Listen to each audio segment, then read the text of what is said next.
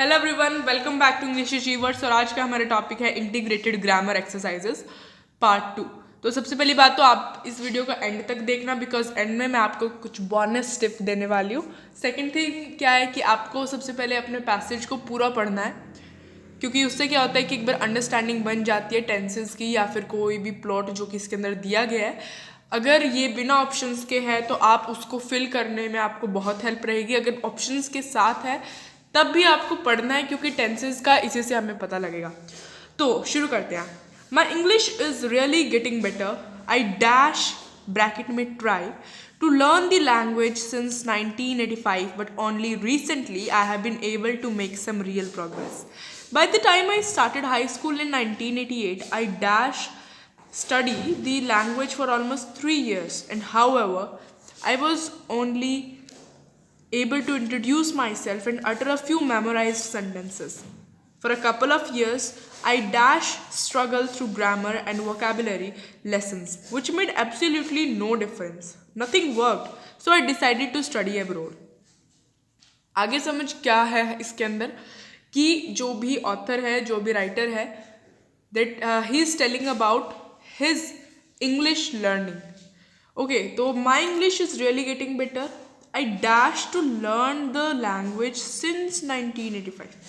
एक बात और समझ आती है कि ये जो पूरा लिखा गया है ये पूरा ही पास्ट टेंस में लिखा गया है, राइट। तो यहाँ पे अब आता है ट्राई। अब देखो यहाँ पे क्या आ रहा है, I try to learn the language since 1985। Since आ गया, since.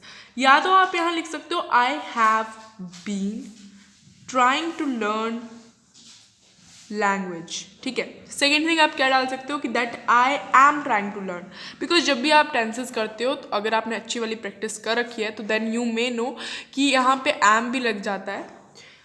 Only recently I have been able to make some real progress. By the time I started high school in 1988, I dashed the language for almost 3 years. Now, I had, देखो had आएगा क्योंकि मैं पढ़ रहा था। कितने सालों से? 3 सालों से।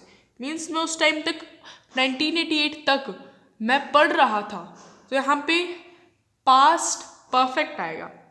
I had studied. Okay, I had studied. However, I was only able to introduce myself and utter a few memorized sentences. For a couple of years, I struggled through grammar and vocabulary lessons, okay, which made absolutely no difference. Nothing worked, so I decided to study abroad. तो हमने एक paragraph किया। You need to keep in mind कि ये करते हुए आपको एक बार अंदर अंडरस्टैंडिंग बनाने के लिए पहली बात तो इसे पूरा एक बार पढ़ना है। सेकेंड थिंग आपको ध्यान रखना है कि टेंसेस क्या है। आपने पहली लाइन पढ़ते ही एकदम से आंसर नहीं डाल देना है। आपने सबसे पहले अगली लाइन भी पढ़नी है, बिकॉज कई बार ये अटैच्ड होती हैं और हमें हिंट भी मिल जाता है कौन सा टेंस लगेगा या कौन सा वर्ड लगेगा, तो इसका भी आपको ध्यान रखना है। नाउ आपको एक चीज़ ध्यान में रखनी है कि जितनी प्रैक्टिस हो सके उतनी ही प्रैक्टिस आपको करनी चाहिए, बिकॉज कहीं पे भी।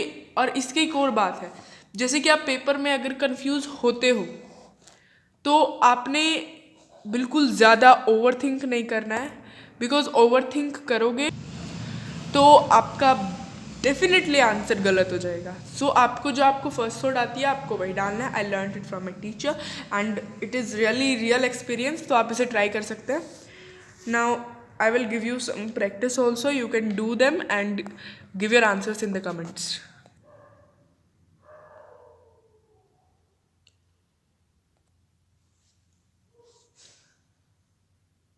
अगर आपको कंटेंट अच्छा लगा तो इस चैनल को सब्सक्राइब करें, इस वीडियो को लाइक करें and share to your friends, because it may help them also.